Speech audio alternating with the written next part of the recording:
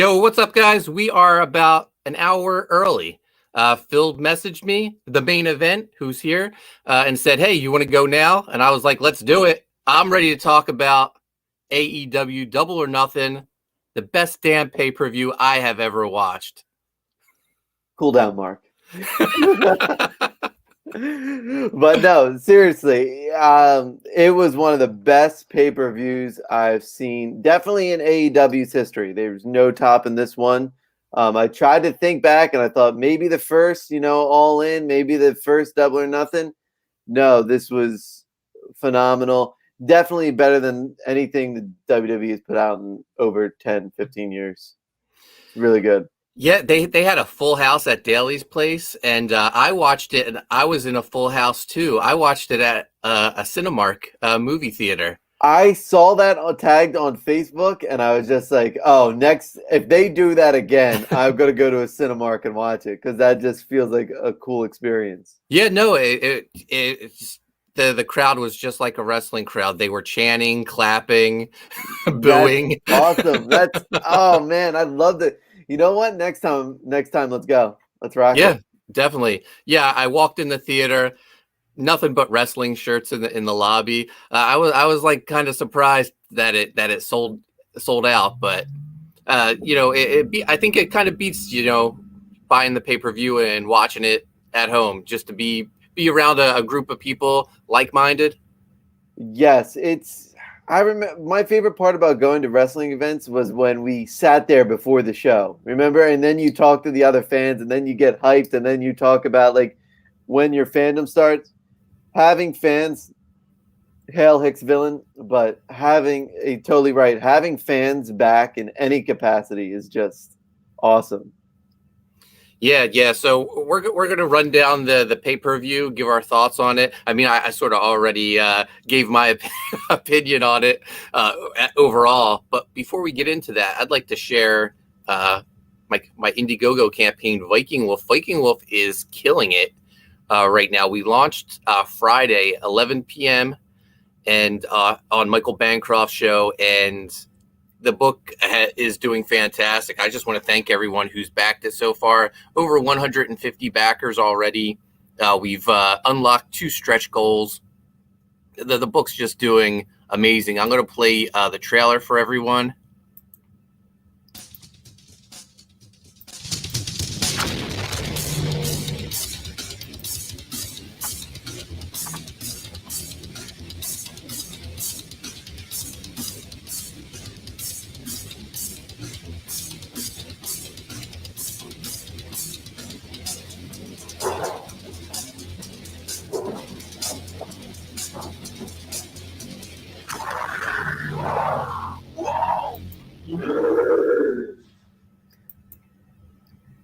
There you have it, the Viking Wolf trailer.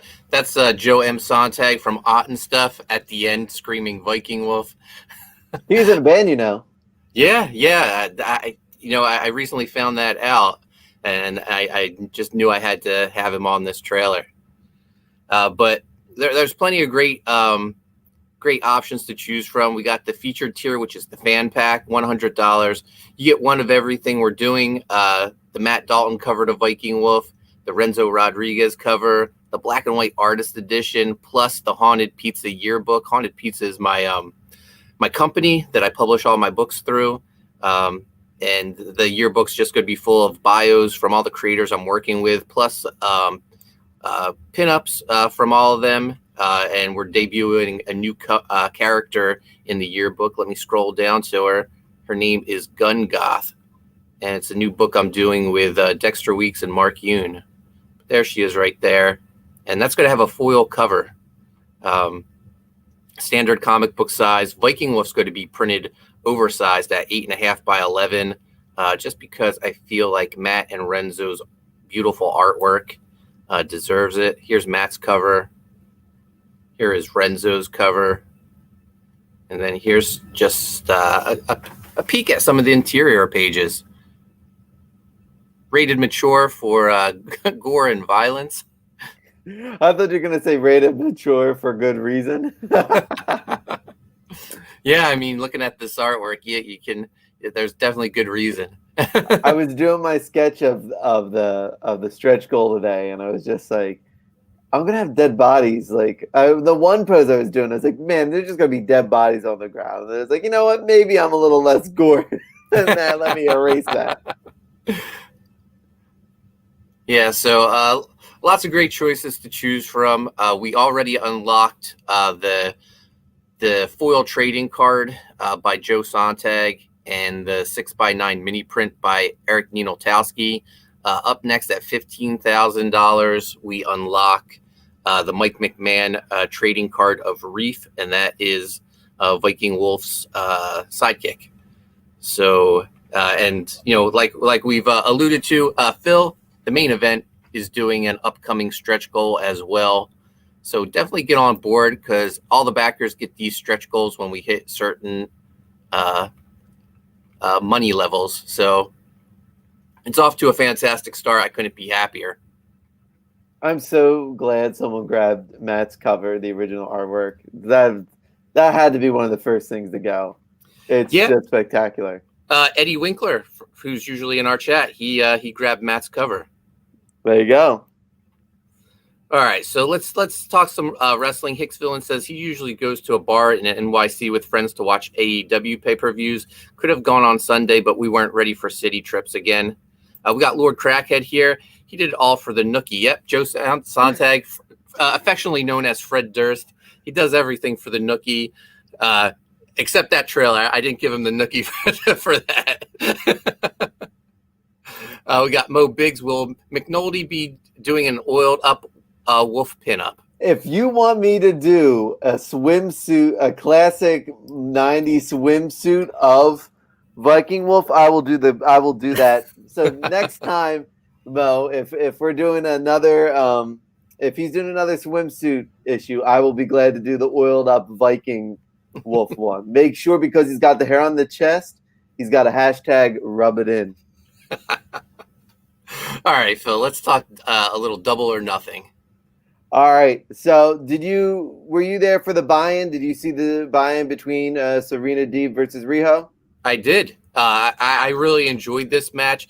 Serena Deeb, we're always like, what is she? Is she a face or a heel? She was definitely a heel in this match, and definitely playing off the crowd, who was, they were cheering her early on, and then she just started full heel mode to get them on Rio's side, which I loved.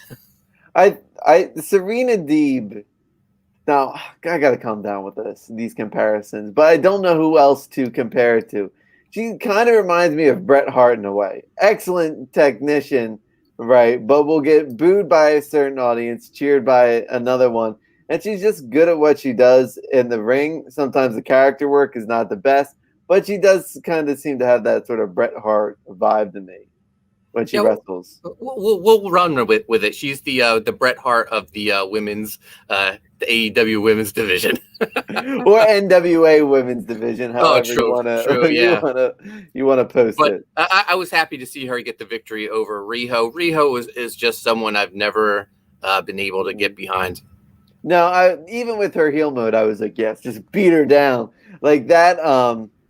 That crucifix bomb at the end was just straight up nasty. That was an awesome way to get into the Serenity Lock. The whole movie theater, definitely behind Serena Deeb. Yes, it's gotta be.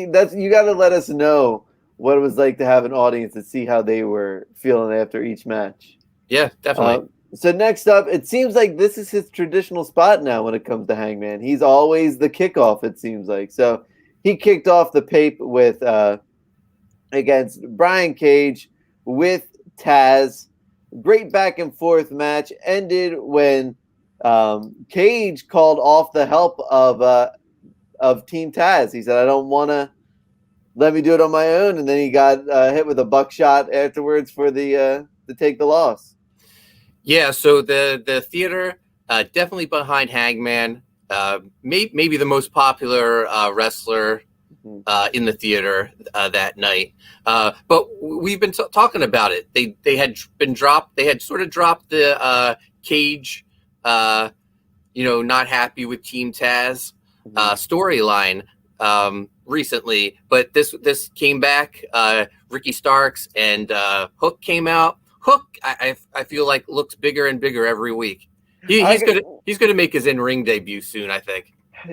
Dom Mysterio better be on the lookout for sons currently wrestling, because Hook looks like he's going to straight up hook you. It'll be he's going to be in the ring soon enough. And what's he doing? Getting trained by Cody, so you know he's going to be technically very sound. Yeah, so like you said, Hangman gets the victory. There's dissension between Cage and Ricky Starks. I think it's only a matter of time before Cage is out of Team Taz. We've been saying this for a long time. Cage is one of the few wrestlers, maybe one of 3 to 5 wrestlers in the world who can't play heels, but they can play a face. And it's normally the other way around in today's wrestling. It seems like everyone can play the heel, but can't play the face, and he's the actual opposite. So I'm hoping this turns into a big baby face push for him. Yeah, he's going to team up with his brother Christian Cage against Team Taz. Yeah, pretty much. Hicks Villain says Rio is too small. Yeah, she's too small. Takes the believability out of it, right? Doesn't it take out the believability? Yep, absolutely. So next up, we had the AEW Tag Team Championship match: Jon Moxley and Eddie Kingston versus the Young Bucks. This seemed like the one match of the night. Well, almost one of the 2 matches of the night where you knew the outcome, but the performances were just absolutely incredible in this match. The Young Bucks are the greatest tag team in the world. This was the best match, in my opinion, the best match of the show. Mm-hmm. Just incredible. Nick Jackson is the best heel in wrestling, I think. Yes. he has auburn colored hair now. Just a total douche. I love it. They do so well up against, this is their dream opponents. The guys who don't do the super kicks, the guys who don't do the flash, just a straight up ass whoopers are Kingston and Moxley. And man, I love a clash of styles, and they just, that BTE trigger to end it was perfect. Yeah, absolutely great match. Hicks Villain says Taz is only going to have Hobbs as an active wrestler. He needs a Cage replacement. Do you see anyone on the roster you think would fit in nice with Team Taz at the moment? I don't want anyone to go into Team Taz right now. If anyone, I can't think of anyone right now, but I think maybe that's a good thing to have. Maybe Jade Cargill. Maybe this is the manager she needs. She settled on a manager. It's Smart Mark Sterling. Oh yeah, that's right. I forgot. But I was just thinking that would have been a good one. Just wait for Starks to heal up and keep it at Starks, Hobbs, and Hook. Mm-hmm. Yeah, agreed. I think this is going to be the slow, almost fading out of them. Amanda B says, an oiled up wolf. Not sure I approve, Phil. Just wait till you see the pecs I put on this bad boy. Mo Biggs just got his Sovereign Wolf in the mail, so enjoy Mo Biggity.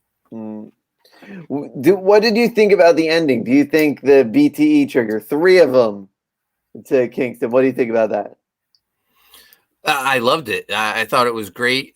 Just the storytelling, I thought in this match was fantastic. The Young Bucks don't get enough props, I think, for their storytelling. Right. But everything during this heel turn, I think, has been fantastic. The first heel turn was what the hell, and then the second turn is genuine. I just like to forget that the first attempt happened, because imagine if that didn't happen, how much stronger this heel turn would be.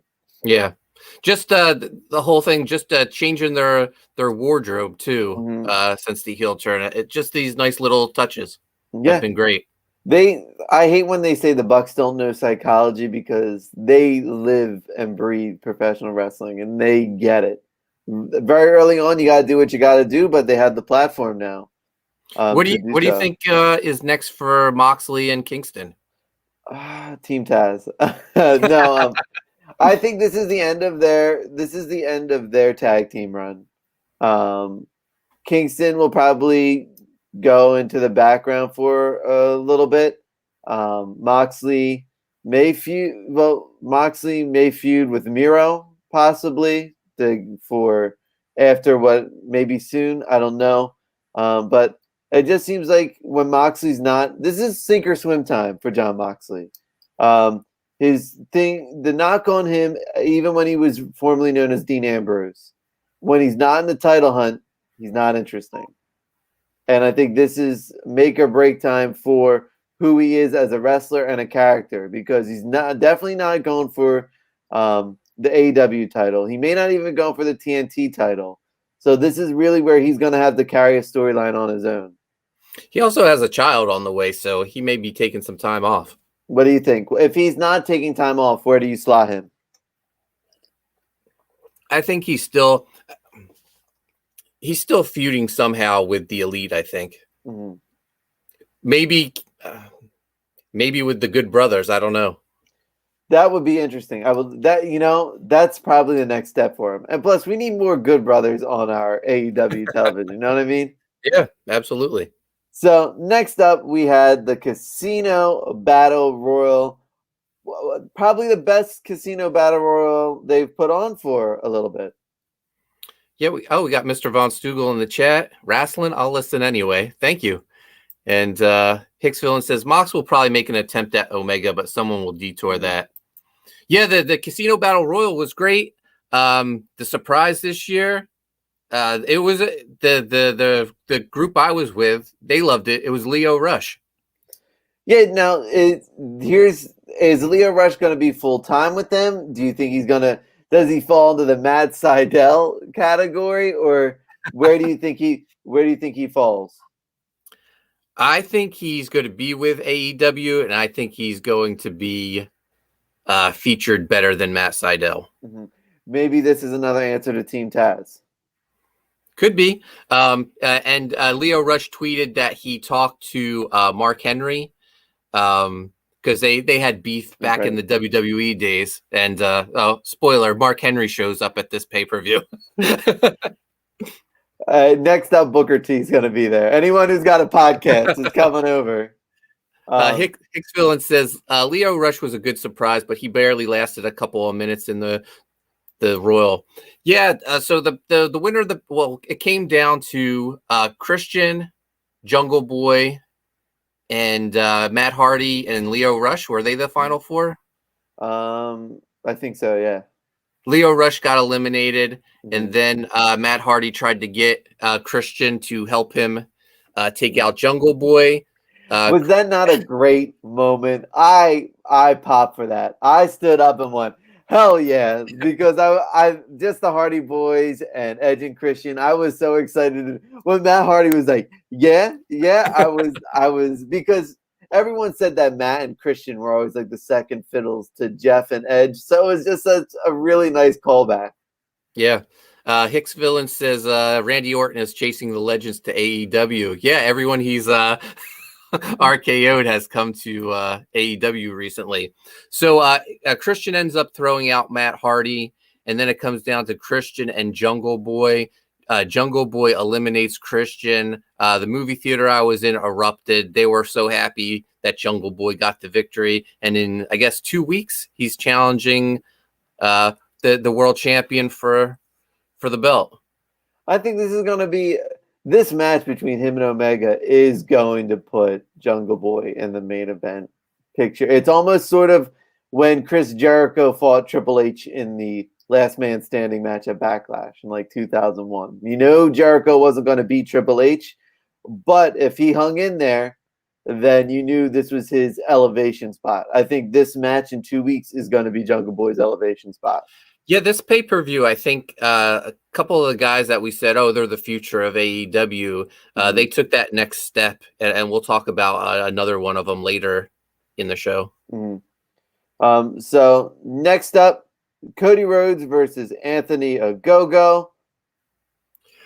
I like this match. I thought Cody Rhodes made Ogogo look great. It's tough with anything Ogogo does because he's still learning to pull his strikes. And I feel like Cody was just like, you know what? If you got to hit me with one of them, hit me with one of them, I'll take them. But I think it was a really good match. Cody Rhodes he never puts on earth-shattering matches, but he puts them on enough to say that was a really good match. Yeah, and shout out to one of my favorite performers now, QT Marshall. Marshall. On the outside as the manager of Anthony Agogo, looking like Tony Soprano in his button-up shirt. I like QT. The Factory's a fun little faction. You know what I mean? They're not gonna set the world on fire, but my goodness, they're super entertaining. Yeah, no, I agree. So next up, we had low key a match I thought was going to steal the show, and they did a good job of it. Miro versus Lance Archer, just one of those two oiled up hosses going at each other for a championship, and Miro is just amazing. Miro's, since winning this, since turning on Kip, Miro has been next level good. Beating up Jake the Snake at the Fan Fest the day before. Jake comes out for revenge, and he has a sack with a snake in it. Miro takes the sack and just chucks it. This is NFG, no F's given Miro, and this is what the WWE had when he started to get that popularity. And I'm glad AEW's. It feels like they're just saying, Miro, do whatever the hell you want because you can get yourself over. Yeah. So referee stops the match because Miro has Lance Archer in, what is it? The game over. Game over. Yep. Yeah, and he passes out from the pain. So clean victory for Miro. Guy's a monster. Yeah, I mean, we say it all the time when it comes to Lance Archer. Lance Archer is what Lance Archer is. They heat him up, and he normally gets beaten down. Most times I disagree when Lance Archer loses. This is the first time I really agreed that this was a loss that he had to take because I love Miro. Hicks Villain says Miro should make Miro burgers now, just like Earthquake. Were you watching wrestling when Earthquake killed Damien and made Quake burgers out of him? I watched it. I wasn't alive for it, but I mean, I was alive for it. I just was too young to even think about it. But I did watch it through my cousin's VHS tapes when I was a teenager. So next up, my personal favorite match of the night. If you're gonna make a claim, I'm gonna make a claim. This was the best women's wrestling match I have ever seen.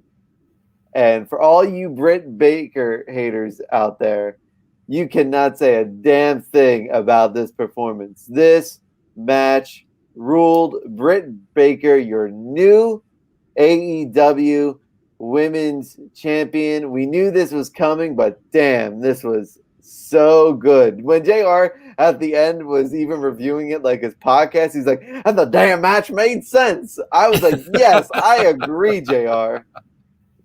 Yeah, no, this match was fantastic. The entire movie theater was behind Britt Baker, especially with the DMD part. This was great. I even loved Tony Schiavone coming out to hug her when she came up the ramp with the title because he said he was going to do that. But yeah, this is well deserved.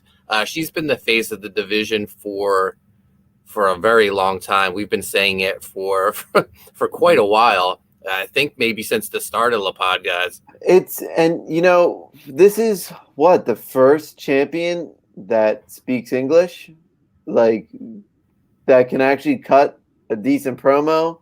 You know what I mean? This is it. This is who they've been waiting for. This is a great spot in front of a sold out crowd. The fans were chanting DMD throughout the match, loud as day coming through. This was everything expectations were already going to be high when they were crowned her champion, but I didn't think they were going to be this high. And kudos to Shida because these two have great chemistry. Yeah, Sheeta did great too. Did you see TNT change their Twitter handle Monday to uh, TNT DMD drama? I did not. That's awesome. I love how though they are going to have to think about where they put their new show because they announced Rampage will be on Fridays at 10. This week's AEW only did about 500,000. That's last week they did 1 million. This week they lose half their audience on a Friday night. So it seems like they didn't translate well from that SmackDown audience. So Yeah. Hicks Villain says, Phil, don't make fun of Sheeta's English. Tony Khan will fire you. I didn't make the joke like the Spanish commentator. I just flat out said she really can't. Yeah, that was crazy. That was indeed. You know what was even crazier? Sting took off his shirt. I texted you as soon as it happened. I know. I was waiting for it the entire time. So next up is Sting and Darby Allin versus Ethan Page and Scorpio Sky, and I was waiting for the shirt to come off the moment the music hit. So, the night before on Dynamite, or was it the night before, or was it the week before? Darby wrestled Caesar Bononi. Yes. And I was like, this guy is too small. There's no way he could beat someone of Caesar's size. It's just too unbelievable. But then come this pay-per-view, and they have that cool black and white video with him skateboarding, Sting in the convertible, picking him up off the side of the road. I'm like, damn, I really do. I like Darby the artist, but sometimes I find Darby the wrestler unrealistic. Right. But it worked in this match because Ethan Page and Scorpio Sky, they're way bigger than him, but they're not monsters. They're not Cesar Bonini size. And plus, you're talking about two different caliber wrestlers. Like Ethan Page and Scorpio Sky are on a whole different level than Cesar. No disrespect, but the presentation of Darby is fantastic. Yeah, you know what I mean. So Sting came out in a sweatshirt, and I was like, oh, he has to take this off. This is his first real wrestling match. Mm-hmm. He can't leave this on. And they start brawling, and he leaves it on. I'm like, well, he still looks great. And he's actually like wrestling. But then when he does that dive off the chips, he takes the shirt off, and I'm like, yes, finally. Let me ask you, when he had that dive, when he did the jump off the ropes, and he had his comeback offense, how was it with a live audience? Were they just like, he still got it? Yeah, but like when he first went to the top rope, everyone was like, Everyone worries about Sting. But I was hyped when he got his comeback offense, and I'm like, yeah. He is basically putting that Seth Rollins match behind him. No one doubt Sting. Once again, no one doubt. We do it. I feel like we do it all the time when we're like Sting when he came with Triple H, or Sting with Seth Rollins, and now we're like Sting in AEW. Sting rules. I think he's the perfect match for Darby to give sort of that cool guy look and credibility to. And this was. Sting must have been using different makeup because this, it smeared, but it was like powdery, and it almost gave him like a zombie look. It's very similar to the makeup Darby uses. It's not like the grease paint that he usually wears. It's funny you said that because I was wondering if Darby would give him makeup tips because Darby's just has that it can almost stay on a little bit longer than Sting. But this is good.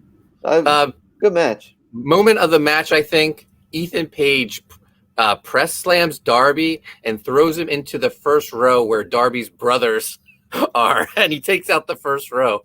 Is Ethan Page, we say it all the time, to me, he was the star of this match just because his trash talk, the way he threw Darby into Darby's brothers, the way he carried when he was up against Sting, the way he protected Sting.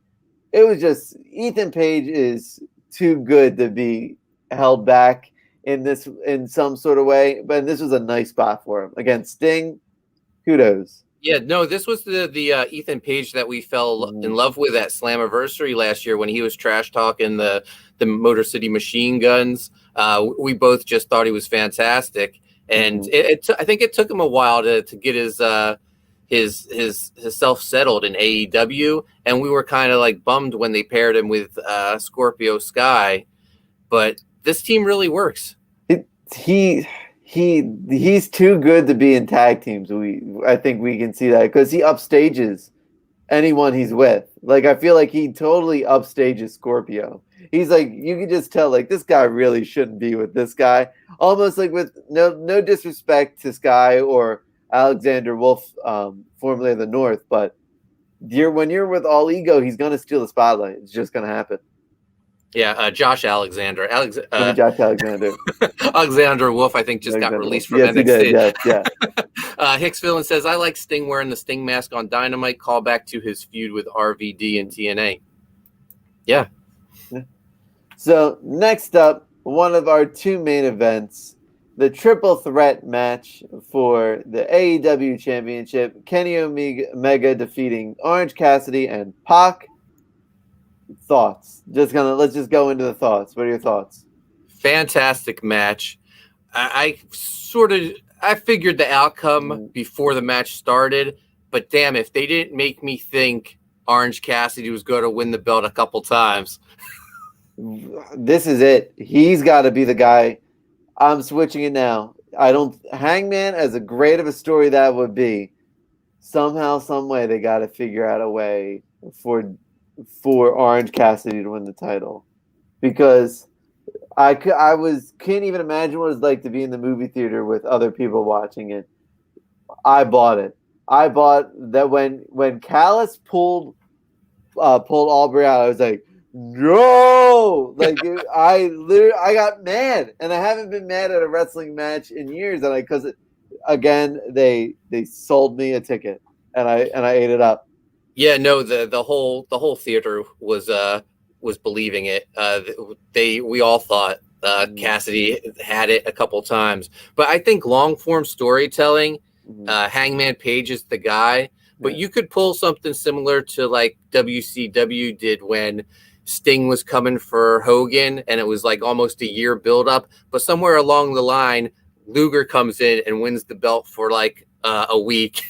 And then loses it back to Hogan. You could do that with Orange Cassidy and put the belt on him just as like a small detour. I think if they do that, then Omega's got to just crush. I think if they do that, then he's got to just crush Orange. Like on that rematch for the title, it's got to be on a Dynamite episode, and he's got to crush him in like a minute. Almost what he did when Omega started his heel turn. Who was the jobber he just crushed? Oh, Joey Janela. I think he crushed in like 10 seconds, and then he was like, "Hey, good match." No, it was Sonny Kiss. It was Sonny Kiss. That's right. Yeah. One of the two. He's got to do that with Orange if they're going to pull that with him. Yeah. So after this match was over, I thought the pay-per-view was over because we were already like over 4 hours. I was like, if you had gotten to the theater at 7 when the whole buy-in stuff started. Right. So I was like, damn, wow, this is already over. And I was so happy. I forgot all about the Stadium Stampede. We still had that left. So let's segue into it. Stadium Stampede match, Inner Circle versus the Pinnacle, where if the Inner Circle loses, they are no mas. And obviously, we kind of knew that the Stadium Stampede match is for the face team to win, Inner Circle being the face team. But one man stood out above all, and it is the future of AEW, and it's Sammy Guevara. Yeah, no, this match was made to, I think, to make Sammy look fantastic, and it worked. This was a great match. I loved every part about it. I loved, how the heels were dressed. They were dressed sort of like throwback NWA Bunkhouse Stampede guys with their jeans and their cowboy boots. Even Tully, the way he was dressed, that's how he dressed back in the 80s when they would have these Bunkhouse Stampede matches. The only one who didn't do that, well, two of them, Sean Spears didn't do it and Wardlow didn't do it because it doesn't really fit their characters, but FTR did it. And even MJF, he had the bedazzled jeans on. I really liked it. This was a match for the future. You know what I mean? It felt like the guys who got their biggest spots was Sammy Guevara, was MJF, and was Wardlow. And you felt like these are the guys that they're saying this is it. Like these are going to be your guys.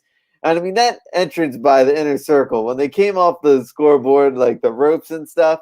I was a little, this is a little weird, but Jericho's always willing to do crazy shit.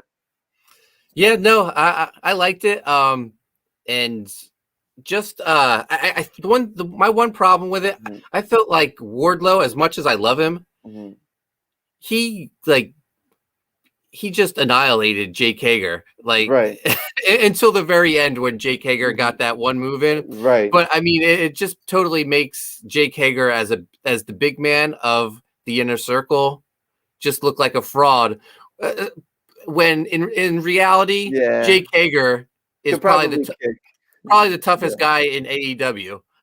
Yeah, I mean, is it much? I think it really is Jake Hager. Like, I don't care, and I think that's his attitude because he understands he's a badass, and he understands like I will win actual fights, and as long as I put him through the wooden pallet, I'll be okay. Like, and I felt like it again. It was showcasing. It sort of started from the top, you know, when as soon as Jungle Boy won, you're just like, all right, this is gonna Hangman won, Jungle Boy won, you know. It was really just saying Sammy picked up the pin after he was the man for the loss at the Blood and Guts match. That really, and Orange Cassidy came out looking like seeing if he could run with the big boys. That was answered with a firm yes. This is a real pay-per-view to say, all right, these are our young guys. And I think that's why Wardlow ended up having the offense that he did. Yeah, no, I really think Wardlow is one of the guys that's going to be the cornerstone of AEW in the future. I just thought it was a little much, but Hager did get the upper hand in the end. Hicks Villain says, my one complaint with these AEW pay-per-views, on too late. It's one thing if it's on Saturday or before a holiday, but some of us get up or have to get up at 6 a.m. the next morning. Yeah, it didn't end until after midnight. Yeah, it was long. I was at work today and I was watching it between my breaks while grading, and I was just like, man, I feel like I've been watching this all day. Literally every break I got, I turned it on. I didn't even get it to watch. I was going to plan on starting the new Mighty Ducks TV show today, and I didn't even get to do that because I was watching this for so long. Hicks Villain says, Wardlow is AEW's guy. Jake could go full-time MMA anytime he wants. Not like he does much in AEW. Yeah, I don't know. I think Jake really enjoys being part of the inner circle. Just when they've had their like group sessions on Talk is Jericho, they all seem like they're like one big happy family. This is who wouldn't love to be in this faction? Like for real, if you can be with Jericho and just get all the information from him, like really the tips and tricks to reinvent themselves, like Santana and Ortiz have in LAX they weren't really much, right? But speaking of LAX, the cameo. Conan was the DJ in the bar, and he stopped Tully Blanchard from interfering. I thought that was a great shout out. Yeah, this was really good. The Stadium Stampede matches are fantastic. I'm glad this is an AEW staple. Yeah, no, every match was fantastic. This is why I say it's the best pay-per-view ever. And believe me, I've been watching pay-per-views since like the mid 80s when pay-per-views first started. So WrestleMania 17 still has my heart as the greatest one, but and I just felt every match delivered on this. This was one of the few times where you say not a bad on a card that sort of came together late, and a couple matches that were like the Brian Cage Hangman Page storyline's not been a real, set the world on fire, but even that match delivered just because it's Hangman. Yeah. I mean, I could be, selling it a little too much just because it's the first pay-per-view back with a full crowd. Although WrestleMania, but I don't know. WrestleMania was still outdoors, and Well, this was outdoors too. I don't know. This just seemed different than WrestleMania. It seemed like the fans cared. Like WrestleMania this year, the card for WrestleMania was god awful. It was terrible, and the limited capacity. Right? I mean, there's something about a smaller venue that's packed than a larger venue that's limited and outside, so you really can't hear much of the cheers. But no match was high stakes. You know what I mean? Oh, the only match I was interested in there was the Edge, Daniel Bryan, Roman one, and that's because they're three top names. Like Yeah. every other match, I can't even tell you the rest of the card. Hicks Villain says little New Jack tribute there too at the bar, beatdowns to rap music. Yeah, that was a nice touch. New Jack always his whole match took place while Natural Born Killers was playing. But yeah, this was, and I think what came out good about this is sort of like last time. It's 50-50 booking, but because we know we're going to get the third and final matchup between these teams, and that just like the Inner Circle didn't look bad in the Blood and Guts match, Pinnacle didn't look bad in this match. So it's really going to be interesting how they sort of cap off this feud. What's next for Kenny Omega, you think? Well, he's gonna face Jungle Boy. He has Jungle Boy. Yeah. Maybe Cody can't compete, so I don't see Cody going anywhere. Maybe Eddie Kingston. Maybe they try to, because he never got his shot. You know what I mean? So maybe they do Eddie. Maybe if they want to push Brian Cage, right? Maybe Christian Cage. I'm gonna say Christian. I'm gonna say after this Jungle Boy, they're gonna do Christian, because I think he's the safe. He's a main event guy that you can get interested in, but understand that he's not gonna win. Yeah. What about you? I think Christian's a good choice. I think they're gonna. I think the logical thing is Pac, since Pac didn't take the pinfall. Yeah, I feel like I want something new. Yeah, you know what I mean? I want something new. Like, I know Kenny Omega, he's the only one-on-one loss that was valid, considering when he lost to Moxley, it was an unsanctioned match. Yeah. So could be, but I would prefer if they did a little something new. Have they figured out the New Japan title situation? Maybe that forbidden door needs to open. Yeah, Will Ospreay had to vacate that title, I believe, right? So they're doing the isn't the tournament coming up in New Japan that they do what's the name of the tournament? Oh yeah, they're something cup, that they do for who will be the number one contender for the championship. Yeah, they should just make it for the title. Mm-hmm. That's true. Who doesn't love a good tournament? I love wrestling tournaments. King of the Ring is one of my all-time favorites. So you do more wrestling tournaments, I'm in. I used to stay up till 5 a.m. to watch the New Japan Cup stuff because I was so into it.